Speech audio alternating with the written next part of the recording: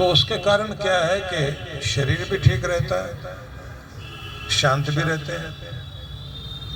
तो इसी तरह से जब ये पूर्णिमा तिथि आती है, पूर्णिमा तिथि में आप देखते हैं कि चंद्रमा की पूरी कलाएं इस समय विकसित होती है। और चंद्रमा की पहली कला वो मुदा है। मुदा, मुदिता, प्रमुदित होना, प्रसन्न होना, खुश होना, खुशी देना। दूसरी कला है आह्लाद, दिल को अच्छा लगे और व्यक्ति भीतर से खुश हो जाए।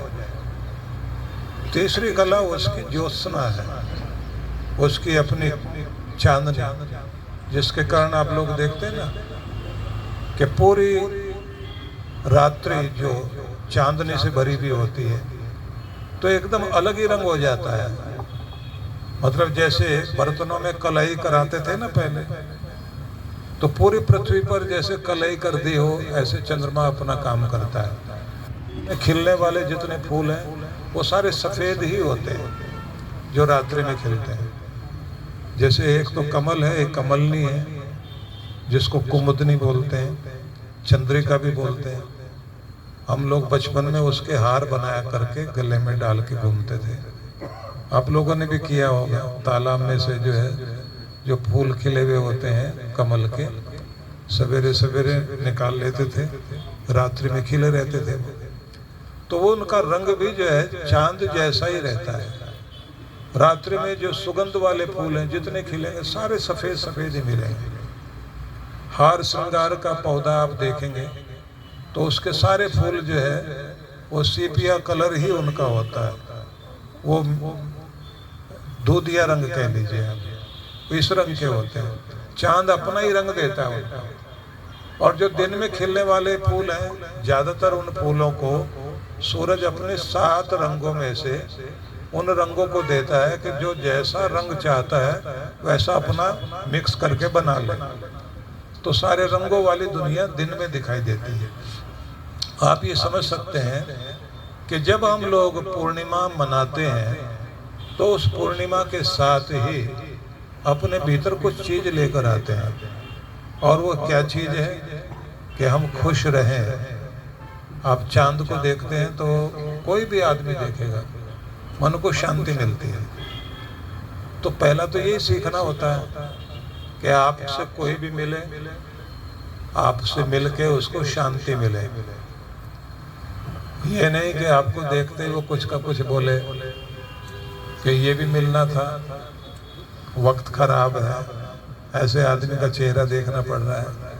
अंदर से दुखी और बाहर से जरूर कहता है मिल के बहुत खुशी हुई, जबकि अंदर से लगता है कि बहुत दुखी हुआ बेचारा।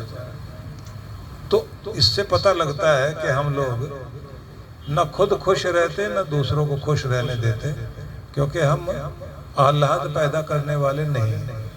अब छोटे बच्चों को देखिए आप, छोटे बच्चों को आप उनके साथ बैठे हैं, वो चांद को देखकर बहुत खुश होते हैं। खुद भी चांद जैसा चेहरा होता है और सबको पसंद आते हैं बच्चे, सबको अच्छे लगते हैं। तो आपको एक बात तो जरूर ध्यान में रखनी है, कुछ भी हो, कैसी भी स्थिति क्यों ना हो, एक तो चेहरा खिला हुआ रखो और दुखी रहो ही नहीं। कल हम लोग वहाँ बता रहे थे ना कि लोगों को कहा यह जाता है कि आपके घर में तनाव हो, अशांति हो, तो कोई अच्छी चीज़ को सुनना शुरू करो, अच्छी चीज़ें पढ़ना शुरू करो। तो किसी के घर में बहुत कलह कलेश होती थी ना, तो कह दिया कि रामायण देखना शुरू करो। तो उन्होंने जो है रामायण सीरियल लगा दिया। अब बहाना चाहिए ना लड़ने वालों को। तो रामायण में ताड़का सामने आ गया। अब ताड़का को देखते ही छोटे सा बच्चे ने उसका भयंकर रूप देखते ही माँ से पूछ लिया ये कौन है। उसने कहा बुआ है।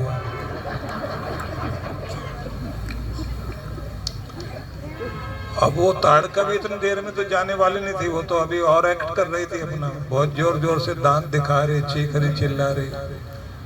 बच्चा डर करके फिर पिताजी के पास गया, जाकर बोला ये बुआ है। बुआ? वो बोले नहीं, ये तो मासी है। क्योंकि उसको तभी यही याद कराया गया था, माँ ने याद कराया था कि ये जो है देख बुआ आ गई, बुआ आ गई। अब उसने जा करके अपने फादर से कहा ये बुआ है, ये बुआ है। उसने कहा नहीं, मासी है। अब पत्नी ने सुन लिया, सुनते ही रिमोट कंट्रोल लिया हाथ में और टीवी बंद, और फिर महाभारत शुरू, लड़ाइयाँ शुरू हो गई। तो प्रेरणा लेनी थी रामायण से। लोगों ने कहा, आसपास के लोग इकट्ठे हो गए ना, भाई तुमने फिर लड़ना शुरू कर दिया, आप लोगों को कहा था रामायण देखा करो। बोले उसी के कारण तो झगड़ा हुआ घर में। क्योंकि आपके अंदर अगर जहर भरा हुआ है तो बाहर चांद निकला भी हुआ होगा, शांति तो नहीं आएगी ना। जब तक अंदर वाला निकालोगे नहीं तो बाहर से फायदा तो होगा नहीं। तो क्या करना चाहिए कि आपको अपने अंदर की नकारात्मकता को निकालना और पॉजिटिविटी को लादना शुरू करिए। फिर रामायण देखो ना देखो, फिर तो आप देखो, महाभारत देख करके भी शांति आएगी, अशांति नहीं आएगी। क्योंकि महाभारत भी तो 5वां वेद है, उसमें भी तो अद्भुत संदेश है। लेकिन अगर आपका मन अशांत है तो आपको कहीं भी बैठाया जाए, पति पत्नी कहीं भी बैठ जाए, सच्चे पति पत्नी तो लड़े बिना रहेंगे नहीं। थोड़ी देर के बाद तो लड़ाई शुरू हो ही जाएगी, क्योंकि असली वाले हैं। और जो समझदार लोग हैं एक दूसरे का मान रखते जरूर हैं। उसका तरीका यही होता है, कहीं भी जाएंगे अपने साथ मित्र परिवार को लेकर जाएंगे, एक दूसरे के लिहाज करके चुप बैठे रहेंगे। मौका ढूंढते रहते हैं, लड़ने का मौका आएगा बाद में लड़ लेंगे। निवेदन केवल इतना ही है कि आपके देश में इतने त्योहार, इतनी परंपराएं इसलिए हैं कि इन परंपराओं के माध्यम से हम अपनी उदास हताश जिंदगी में नवीनता लाएं। और कमाल की बात देखिए कि पूर्णिमा को गुरु के साथ जोड़ा गया। इसलिए जोड़ा गया कि हमारे जीवन में जो अधूरापन है उसे निकालने के लिए जो इस धरती पर हमारा प्रेरक तत्व है, रिश्तों में जो सबसे बड़ा रिश्ता है, हमें उनके साथ जुड़कर अपने भीतर की नेगेटिविटी को दूर करना है, अपने अंदर की कमी को दूर करना है। जितने श्रद्धा से आप जुड़े रहेंगे तो कृपा होती है। आदमी जाकर पूर्णिमा वाले दिन जाते हैं ना, तो जाकर क्या करना होता, हर महीने पूर्णिमा आती है, तो जाते सबसे पहले तो अपनी सभी गलतियों के लिए, अपनी खताओं के लिए माफ़ी मांगता हूँ।